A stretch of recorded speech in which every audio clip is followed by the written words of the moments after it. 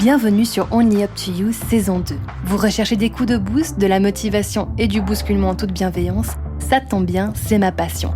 Je m'appelle Jennifer Picci, je suis psychologue et coach de vie certifiée et ça fait depuis plus de 5 ans que je vous accompagne dans l'atteinte de vos objectifs. Parler et comprendre, c'est bien, mais mettre en application, c'est là que le défi commence. Et ça ne tient qu'à vous. Et bonjour à tous, et j'espère que vous allez bien, que vous êtes prêtes pour ce nouvel épisode, confortablement installés. Ça va être un épisode qui va être plus théorique, plus technique. On va parler des croyances et surtout, on va parler à propos du mindset qu'il faut cultiver et adopter pour un peu se défaire de toutes ces croyances limitantes. Alors les croyances limitantes, j'en ai déjà parlé par le passé, mais là on va juste faire un petit rafraîchissement. Alors qu'est-ce que c'est qu'une croyance ? Une croyance est une famille de pensées que l'on a à l'intérieur de soi, qu'on ne questionne même pas, on n'a pas forcément conscience de toutes nos croyances, on a plus conscience de nos pensées qui sont nos premières interprétations, etc.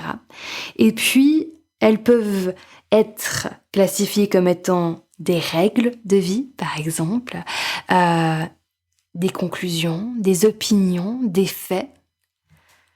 Nos croyances, une bonne partie de nos croyances, elles sont héritées, c'est-à-dire qu'on nous les a transmises très tôt dans notre jeunesse. Donc il y a certaines croyances que vous ne savez même pas que vous croyez.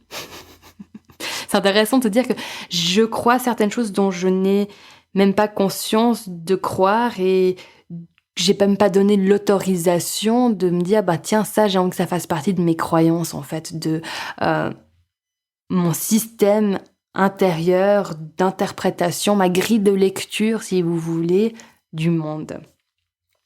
D'ailleurs, ce qui est très intéressant avec les croyances, c'est à quel point elles sont importantes parce que littéralement c'est une grille, c'est une structure intérieure à partir de laquelle on construit notre perception de nous-mêmes, notre identité, puis aussi notre perception du monde. D'ailleurs, c'est pour ça que lorsque l'on touche sur des croyances qui sont bien ancrées, ce n'est pas du tout agréable, en fait. Il y a toujours des croyances que l'on arrive plus facilement à, si vous voulez, abandonner, dire « Ok, je croyais ça, mais en fait j'avais tort, etc. » Et puis il y a d'autres croyances où vraiment, si on vient vous chercher dessus, ça met en quelque sorte en danger tellement d'autres choses de l'ordre de comment l'on conçoit le monde, notre réalité, notre position par rapport aux autres, à soi-même, que l'on ressent littéralement une partie du cerveau, l'interprète comme une mise en danger. Donc on va rejeter ça. Et donc c'est pour ça qu'elles sont si puissantes. Maintenant, l'avantage avec les croyances, c'est que elles sont là. Vivre une vie sans croyance, je sais pas vraiment si c'est possible.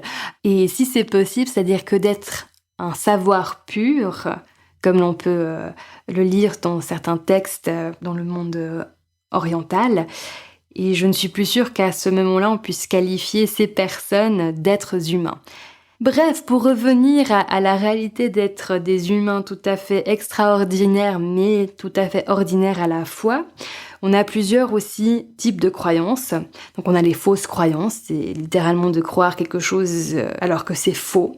Comme par exemple de se dire je ne suis pas capable de faire quelque chose alors qu'on l'est tout à fait. Il y a aussi les croyances limitantes, donc littéralement qui nous mettent des limites, qui nous empêchent de... 3 petits points. Ce qui est intéressant avec les croyances limitantes, c'est qu'elles peuvent avoir été utiles à une époque dans notre vie, mais au jour d'aujourd'hui, elles nous desservent. Celle que j'ai en tête, là, par exemple, c'est lorsque l'on est étudiant à la fac, d'avoir la croyance que pour réussir, il faut travailler dur, surtout si on est dans une fac qui est ultra compétitive et où littéralement le fait de réussir notre année, de décrocher notre diplôme va se concrétiser, se baser sur la pertinence, l'expertise, le nombre de détails que l'on peut retenir et donner durant nos tests.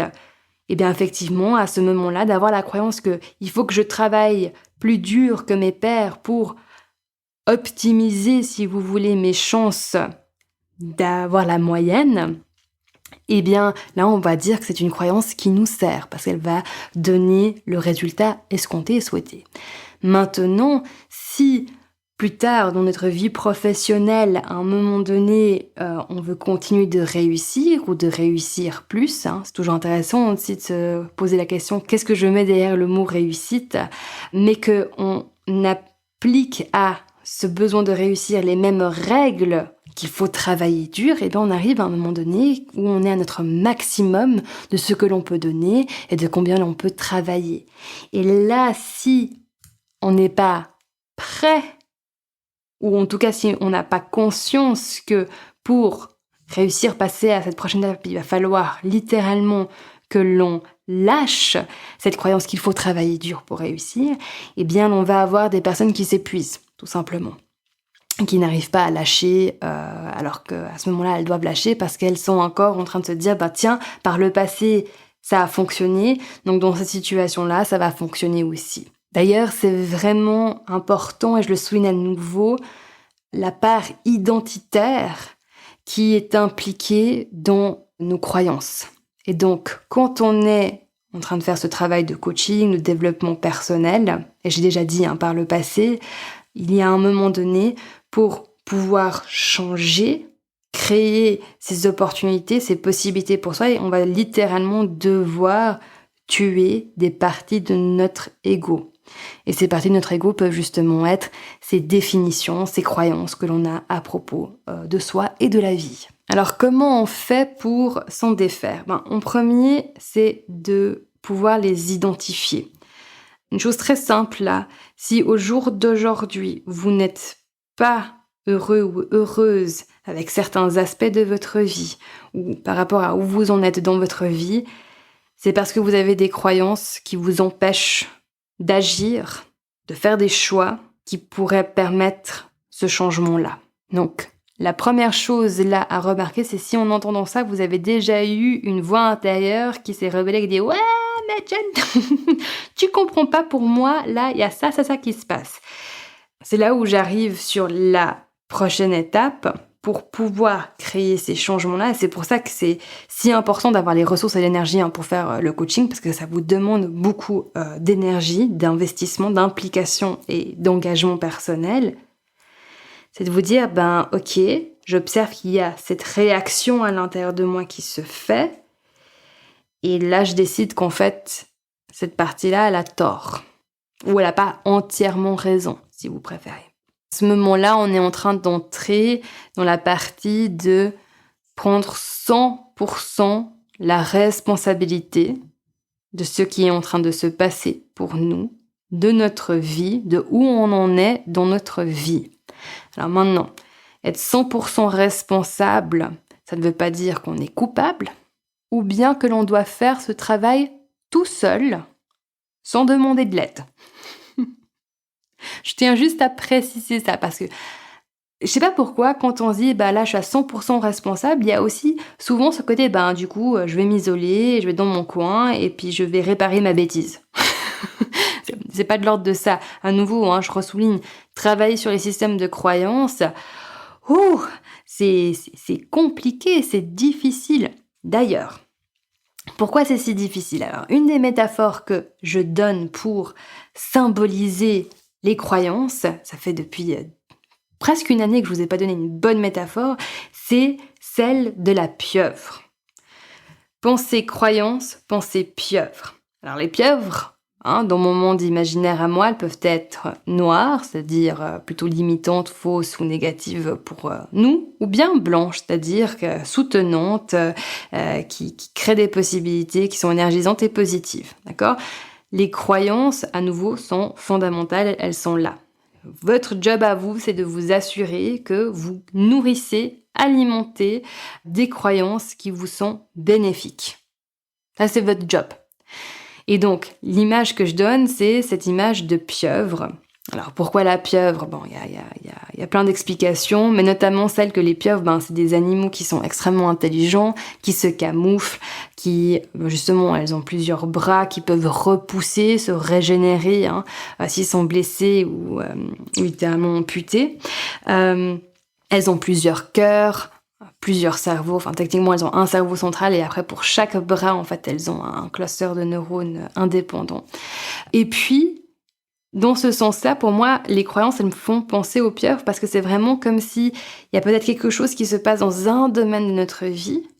De là, on en infère certaines conclusions à propos de qui on est ou de comment la vie est ou comment les autres sont. Et tout d'un coup, cette pieuvre, elle commence aussi à transposer ces règles-là, ces opinions, ces faits-là de cette partie-là de notre vie dans d'autres domaines. Par exemple, imaginons que j'ai une rupture amoureuse et que tout d'un coup, mon inconscient a récupéré, a rassemblé toutes les preuves comme quoi j'étais une personne qui n'était pas capable, pas assez bien, que de toute façon on abandonne au bout d'un moment et que je peux pas faire confiance à ce qu'on me dit parce que de toute façon les gens ils pensent qu'à leur tranche, ok ? Imaginons ça. Et ça vient du domaine amoureux. Et tout d'un coup, ma pieuvre de mon domaine amoureux, elle commence à faire son stretching et à étendre ses bras dans d'autres domaines. Et ça va tout d'un coup venir infiltrer, ces croyances-là vont venir infiltrer par exemple le domaine professionnel.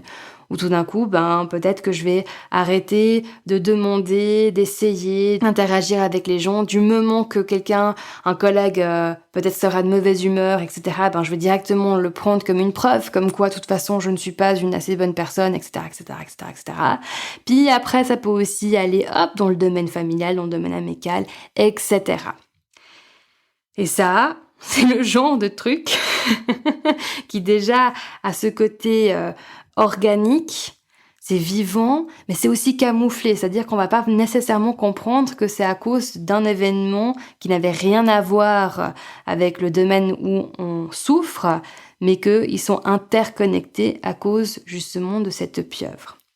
La bonne nouvelle, c'est que si on a des pieuvres qui sont justement les pieuvres blanches, on peut aussi transmettre d'un domaine des compétences, des qualités, et puis se dire, tiens, si j'arrive à faire ça dans ce domaine-là, ça veut dire sûrement que je peux aussi le faire dans un autre domaine. Et c'est pour ça que c'est tellement intéressant, par exemple, avec le sport. Quand on fait beaucoup de sport et qu'on est justement dans la matière, avec le corps, dans des actions, on apprend plein de choses par rapport à soi, on apprend plein de choses par rapport à nos limites, notre rapport à la douleur, notre endurance, etc. Et notre compétitivité, si on fait de la compète, bien entendu. Et puis après, on peut commencer à transposer ces croyances, ces règles dans d'autres domaines, d'autres aspects de notre vie. Et ça, c'est assez cool. Donc, comment se défaire de ces croyances ? Alors, une des premières astuces, c'est d'en prendre conscience et de prendre de la distance avec, de l'observer. Et de s'ouvrir à la possibilité que peut-être là, la manière dont vous interprétez les choses, rapidement, instinctivement, peut-être que vous avez tort. Et qu'en plus, si vous avez tort, c'est plutôt une bonne chose. Parce que ça veut dire que peut-être vous êtes prêt ou prête à apprendre autrement. À nouveau, ce n'est jamais agréable de se rendre compte que là, en fait, la vraie raison pour laquelle on n'a pas encore réussi à faire cette chose qui nous tient tellement à cœur, c'est parce que à l'intérieur de nous, on a des croyances qui sont fausses.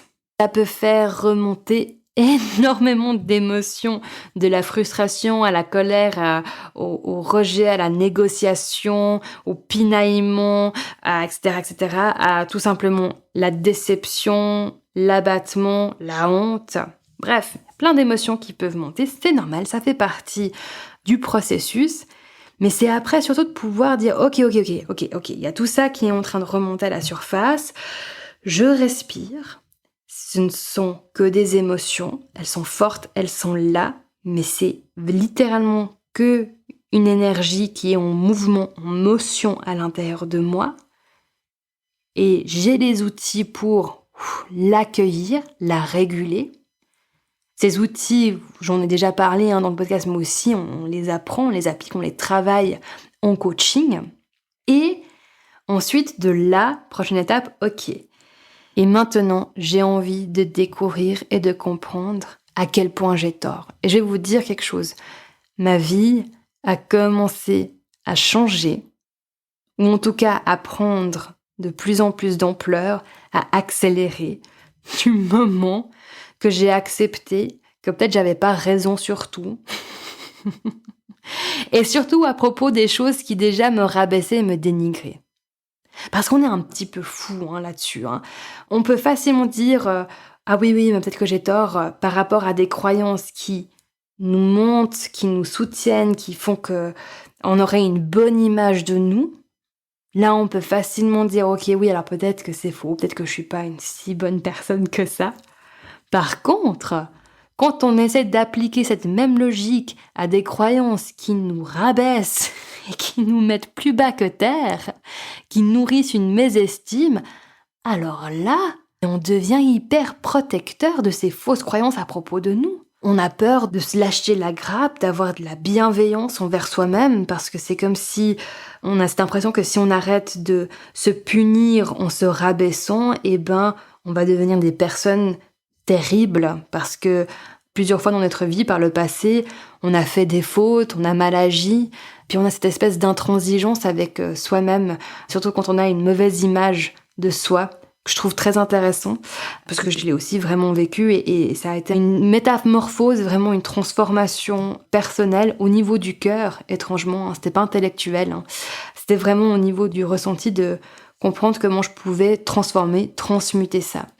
Et puis voilà, je vous laisse avec ça, vraiment avec ce message de réjouissez-vous d'avoir tort et de comprendre où c'est que vous avez faux, parce que c'est là où il y a la clé, une des clés pour libérer votre psyché, libérer une situation, même si ce travail il est intense, parfois douloureux, il est merveilleux à la fois. Avec ça, je vous laisse. Je vous souhaite une belle semaine. Et puis je vous dis à la semaine prochaine, comme d'hab. Prenez bien soin de vous.